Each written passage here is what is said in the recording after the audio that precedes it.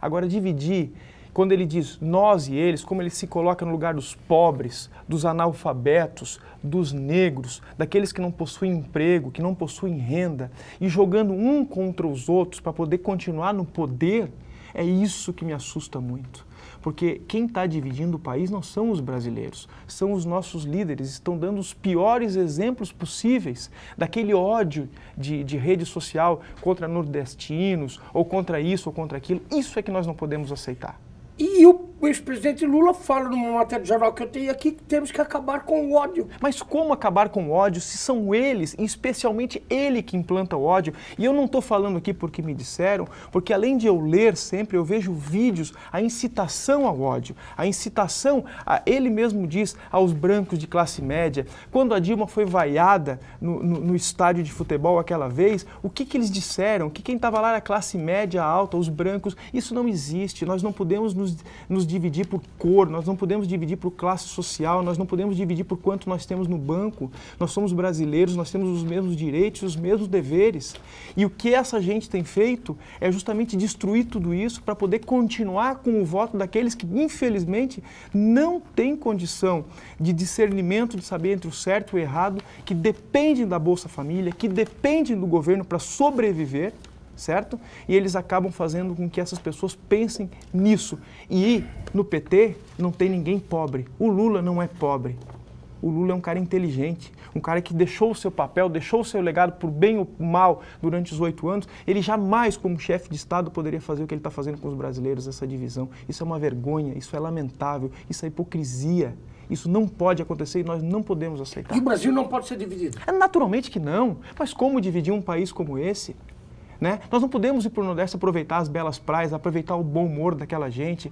Tem muita gente trabalhadora lá sim. É mentira quando se diz que só nós aqui trabalhamos. Tudo bem que de repente nós podemos trabalhar um pouco mais, até pode ser que seja verdade isso, o nosso PIB é muito maior, sim, mas lá durante muitos anos foi deixada uma lacuna social muito grande e isso tem que ser corrigido. Agora, não pode ser corrigido dessa forma que o PT está fazendo, que o Lula está fazendo, que a Dilma está fazendo, para continuar no poder com o voto dessas pessoas. Isso é lamentável. Isso é crime. Estimado, eu peguei aqui uma coisa, olha só, 4 de abril de 2001, uma matéria da Veja, está aqui, ó, 4 de abril de 2001. Aqui diz o seguinte, quer ver aqui, ó, nesse trechinho aqui, depois está aqui, ó. Nunca a esquerda brasileira foi dirigida por gente tão desqualificada, teoricamente desqualificada, politicamente desqualificada, moralmente desqualificada. Quem diz isso? César Benjamin, editor, ex-guerrilheiro, fundador do PT. Aqui, ó. Revista Veja de 2001, gente. Isso são quase 14 anos atrás, 13 anos atrás. Eles não estavam nem no poder ainda, hein? O Lula não estava ainda, olha só. E aqui, ó, nunca a esquerda brasileira foi dirigida por gente tão desqualificada, teoricamente desqualificada, politicamente desqualificada, moralmente desqualificada. César Benjamin, editor, ex-guerrilheiro e fundador do Partido dos Trabalhadores, revoltado com as posições suaves de Lula e Marta Suplicy no Seminário Socialismo e Democracia em São Paulo.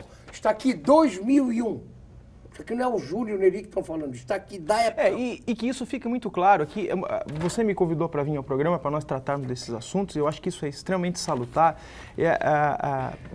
para que a gente possa não só conversar, mas para que as pessoas também possam, não precisam seguir o que a gente está falando ou achar que nós somos corretos, porque só vale o que a gente está falando é o que vale. Não é isso. Agora, a constatação do que tudo que tem sido feito é a pior possível. Qual é o grande projeto, o grande legado do PT para o Brasil?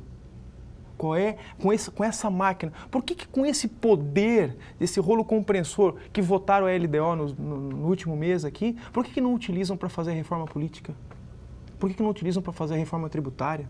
Por que não investem maciçamente em educação? E nós não falamos até agora em educação, e eu tenho convicção de que a única coisa que pode mudar esse país a médio e longo prazo, e que nem eu e nem você vai ver, por mais que a gente conserte esse país, é a educação. Que os seus filhos podem ver. Se Deus quiser. E é para isso que eu luto tanto. Eu não milito na política mais, eu não presido mais partido, eu já me envolvi naquilo que eu posso. Hoje eu milito apenas na área empresarial, é onde eu acho que eu me encontrei, onde eu acho que eu posso ajudar nesse processo todo. E nós precisamos falar nisso, nós precisamos falar sobre educação. Nós vamos ao intervalo, estimado, mas eu sou obrigado a concluir com uma coisinha que eu acho que é importante.